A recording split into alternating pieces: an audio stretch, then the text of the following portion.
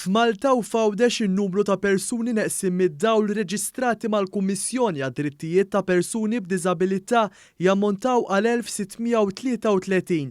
L-etajiet tagħhom ivarjaw minn tfal żgħar sa' anzjani ta' aktar minn 90 sena.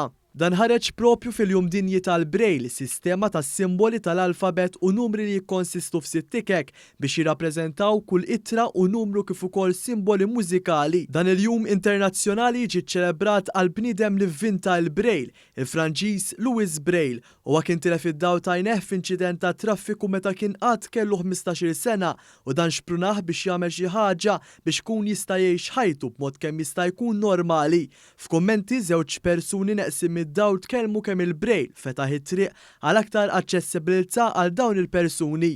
L-importanza tal-Braille hi pereżempju meta persuna qama jidħol ġal-lift.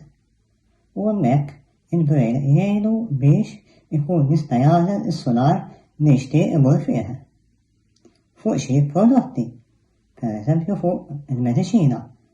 Hekk il-persuna qama ikun jista' jagħżel il-mediċina li jkollu bżonn. Braille certainly was one of the first inventions to get really the concept of accessibility for the blind rolling. Għal dan il-jum il-Ministru għall-Inklużjoni u l-Kwalità tal-Ħajja Giulia Farrugia Portelli qalet li l-Gvern huwa kommess li jagħmel dak kollu possibbli biex kull persuna f'Malta u Għawdex ma tħossix żvantaġġata minħabba xi forma ta' diżabilità inkluża dik ta' nuqqas ta' dawl.